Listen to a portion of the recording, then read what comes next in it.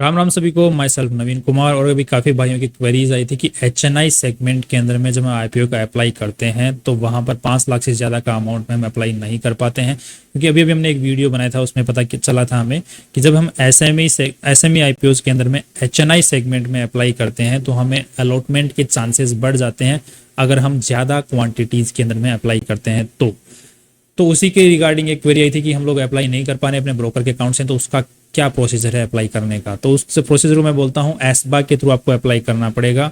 इस प्रोसीजर को एक बार देख लेते हैं इश्यू क्या है। इश्यू ये है कि जब हम लोग अपने ब्रोकर के यहाँ पे चेक करते हैं तो जैसे ये एसएमई का आईपीओ है विलास ट्रांसकोर अभी खुला हुआ है, जैसे मैं अप्लाई पे क्लिक कर रहा हूँ तो जैसे यहाँ पे एक सिंगल लॉट के लिए अप्लाई करता हूँ जो कि 1000 शेयर्स का है, तब तो कोई दिक्कत नहीं क्योंकि अमाउंट 1,47,000 ही है। 2 लॉट्स के लिए अप्लाई करता हूँ तो भी कोई दिक्कत नहीं, 3 के लिए भी कोई दिक्कत नहीं, 4 के लिए जैसे अप्लाई करता हूँ यहाँ पे ये बोल देता है bid amount can not be greater than 5 lakh rupees. जैसे ही आप हायर अमाउंट के लिए मान के चलो, कोई बोल रहा है कि मुझे 10 लॉट्स के लिए अप्लाई करना है, कोई बोल रहा है 20 लॉट्स के लिए, कोई 100 लॉट्स के लिए, कोई 1000 लॉट्स के लिए अप्लाई करना है, तो आप 4 लॉट से ज़्यादा तो यहाँ पे अप्लाई कर ही नहीं पा रहे हो, 3 लॉट से ज़्यादा तो अप्लाई इस ब्रोकर के थ्रू अकाउंट नहीं कर पाओगे। तो उसका तरीका होता है एसबा के थ्रू। अब उसको अगर हम तरीके को देखते हैं तो उसके 2 तरीके हैं इस टाइप की एप्लीकेशन को अप्लाई करने के। तो उस तरीका क्या है कि आप या तो अपने बैंक की जो ब्रांच है, जैसे बैंक अकाउंट में आपके पैसे हैं उस पर ब्रांच में जाओ, ब्रांच में जाके आप फॉर्म फिल करो और आईपीओ के अंदर में अप्लाई करो।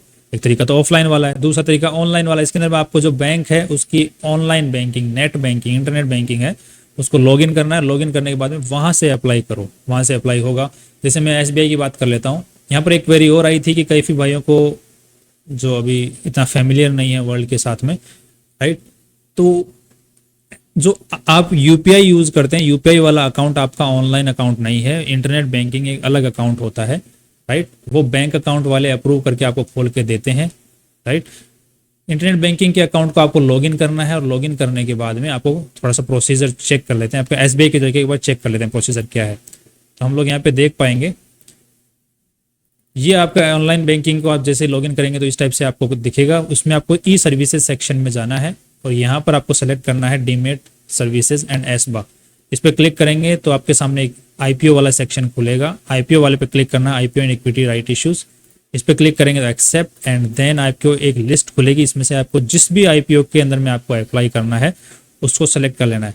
ध्यान रखिए कि आपको अगर 5 लाख से कम का अमाउंट है तो भी आप यहाँ से अप्लाई कर सकते हैं, ज्यादा है तो भी अप्लाई कर सकते हैं, दोनों ही केसेस में आप अप्लाई कर सकते हैं, कोई इश्यू नहीं है।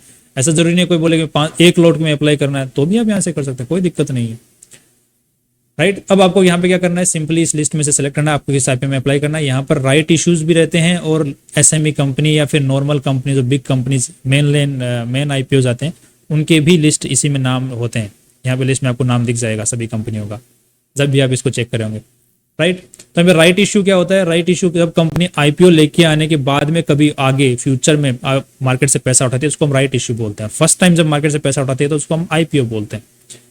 अब मान के चलिए हमें बीकन इंटरेस्टीशिप कंपनी, इस कंपनी में मुझे आईपीओ में अप्लाई करना है, सेलेक्ट किया, गो पे क्लिक किया, एक्सेप्ट किया, देन यहाँ पे आईपीओ की बेसिक इन्फॉर्मेशन आ जाएगी। और यहाँ पर अब हमें क्या करना है, अगर आप फर्स्ट टाइम अपने बैंक अकाउंट से अप्लाई कर रहे हैं आईपीओ के लिए तो आपको अपने आप को रजिस्टर करना पड़ेगा, डीमेट अकाउंट को रजिस्टर करना पड़ेगा अपने बैंक अकाउंट के साथ।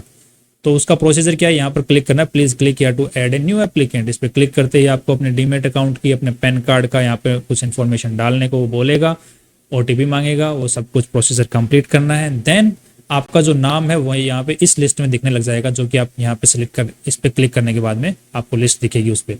जैसे आप इस ऑप्शन पे क्लिक करेंगे सेलेक्ट रजिस्टर्ड एप्लीकेंट तो एक अलग से विंडो खुलेगा, उसमें आपको यहाँ पर सिलेक्ट पे क्लिक करना है। सिलेक्ट पे क्लिक करते ही आपका जो अभी रजिस्टर किया है आपने अपने आप को उसका नाम दिखने लग जाएगा।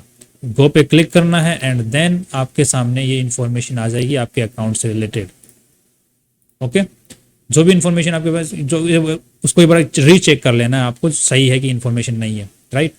उसके बाद नेक्स्ट आपको क्या करना है, यहाँ पर क्वांटिटीज डाल देनी है। मान के चलिए आप 10 लॉट में अप्लाई करना चाहते हो तो 2000 शेयर्स का 1 लॉट है, 10 क्वांटिटी, इसका मतलब कितने हो गए 20,000 शेयर्स। तो 20,000 शेयर्स यहाँ पे डाल दो, क्वांटिटी 20,000 डाल दो। प्राइस जो होगी हमेशा अपर प्राइस बैंड जो होता है वो वाला होगा, तो अपर प्राइस डाल दो यहाँ पर। वैल्यू जो ऑटोमेटिक कैलकुलेट होकर आ जाएगी, इतने पैसे आपके बैंक अकाउंट में होने चाहिए। जैसे ही होंगे तो आप सबमिट पे क्लिक कर देना। मान के चलिए आप 100 लॉट्स के लिए अप्लाई कर रहे हैं तो 2000 मल्टीप्लाइड बाई 100 जो भी लॉट साइज है नंबर ऑफ लॉट का एक मतलब एक लॉट के अंदर में 2000 शेयर्स हैं, 1500 शेयर्स हैं, जितने भी शेयर्स हैं multiplied by number of lots आप अप्लाई कर रहे हो। तो मान के जो 2000 का लॉट साइज है, 100 लॉट्स में अप्लाई कर रहे हो तो मल्टीप्लाइड बाय 100 करो, 2 लाख क्वांटिटी यहाँ पे डाल दो, प्राइस ऑटोमेटिक ही अपर बैंड आ गया, वैल्यू अपने आप कैलकुलेट होकर आ जाएगी। ये प्रोसेस आपको कंप्लीट करना है। ये आप जरूरी नहीं है कि आप मल्टीपल में लिख सकते हो, आप चाहो तो मल्टीपल्स में भी लिख सकते हो। यहाँ पर बोलो कि मेरे को एक बार में नहीं, 2 बार में, 3 बार में भी लिख सकते हो, कोई दिक्कत नहीं है, लिख दो। आप एक में ही पूरा लिख दो, ये मैंने 2 बार में ऐसे लिखा हुआ है, ठीक है, फोटो पे इसको इग्नोर करो सेकंड वाले को, बस एक बार में लिख के भी आप अप्लाई कर सकते हो, कोई दिक्कत नहीं है वहाँ पे। सिंपली इतना काम किया, फिर उसके बाद में आपको सबमिट कर देना है। सबमिट करते ही ओटीपी मांगेगा, ओटीपी करते ही आपके बैंक अकाउंट में पैसे होने चाहिए जितने का वैल्यू आप अप्लाई कर रहे हो। लग गई आपकी आईपीओ की फाइल, आपके बैंक अकाउंट में पैसा जो है ब्लॉक हो जाएगा। अगर आपको आईपीओ मिल जाएगा तो आपके बैंक अकाउंट से पैसा कट जाएगा, आपके डीमेट अकाउंट जो आपने रजिस्टर किया उसमें शेयर्स आपको ट्रांसफर कर दिए जाएंगे कंपनी द्वारा। जब भी आईपीओ ओपन होगा, जब आईपीओ मार्केट में लिस्ट हो जाएगा तो उसके बाद आप नॉर्मल ट्रेडिंग कर पाओगे, शेयर्स को बेच पाओगे। अब ये प्रोसीजर का मतलब सिर्फ इतना सा है कि एचएनआई सेगमेंट के अंदर में, एनआईआई सेगमेंट के अंदर में जब हम ज़्यादा लॉट्स में अप्लाई करते हैं तो चांसेस ऑफ अलॉटमेंट बढ़ जाते हैं। उसके लिए हमने एक ऑलरेडी वीडियो बनाया हुआ है, उसको लिंक जो है मैं डिस्क्रिप्शन में दे दूंगा, आप उसको एक बार चेकआउट कर सकते हैं। वो कैलकुलेशन हमने वहाँ पर पूरी की हुई है। फाइनली यही अपना एक वीडियो था। बाकी अगर आपको कोई भी क्वेरी फिर भी रहती है तो आप कमेंट बॉक्स का नीचे इस्तेमाल कर सकते हैं वीडियो का। That's all. कल फिर मिलते हैं एक नए इंपॉर्टेंट वीडियो के साथ में। सी यू टुमारो।